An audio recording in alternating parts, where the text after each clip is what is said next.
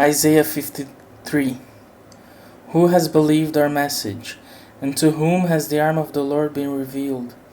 He grew up before him like a tender shoot, and like a root out of dry ground. He had no beauty or majesty to attract us to him, nothing in his appearance that we should desire him.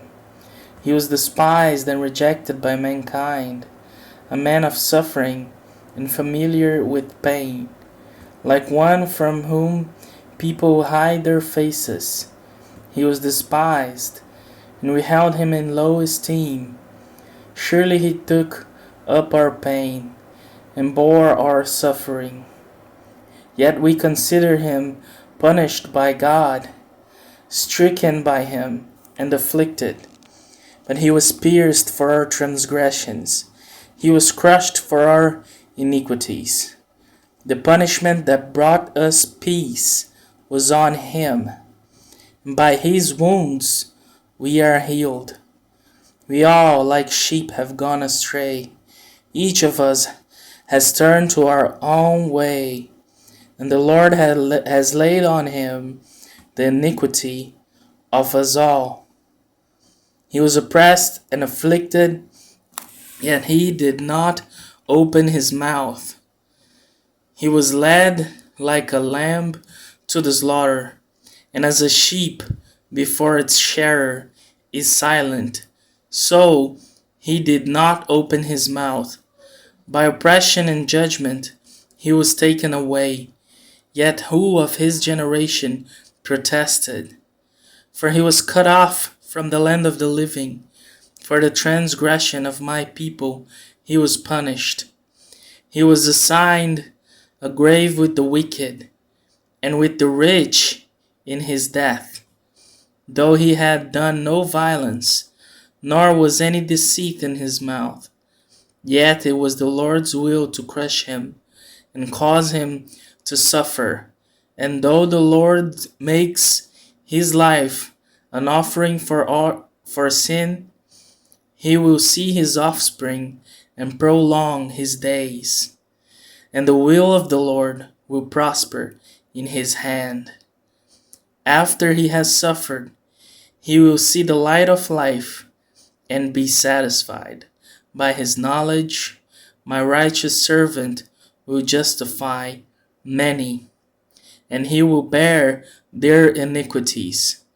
Therefore, I will give him a portion among the great, and he will divide the spoils with the strong, because he poured out his life unto death, and was numbered with the transgressors. For he bore the sin of many, and made intercession for the transgressors. How amazing is this chapter? How awesome. It speaks clearly of Jesus. It's detailing his death on the cross and his resurrection and the future glory that awaits him, and the glory that he is right now receiving at the right hand of God, and the glory that he will receive forever in the future when he is glorified with his people, when he receives his people into his kingdom, into the new heavens and the new earth and the new Jerusalem, comes down from heaven into the new heavens and the new earth. And all of that is in this passage, in this chapter.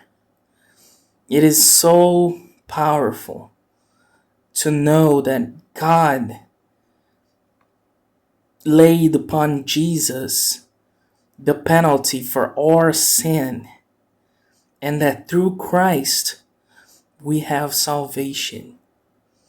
I encourage you to read upon this chapter and meditate upon it, and take this to heart, that Christ bore our sins, and by his stripes we are healed.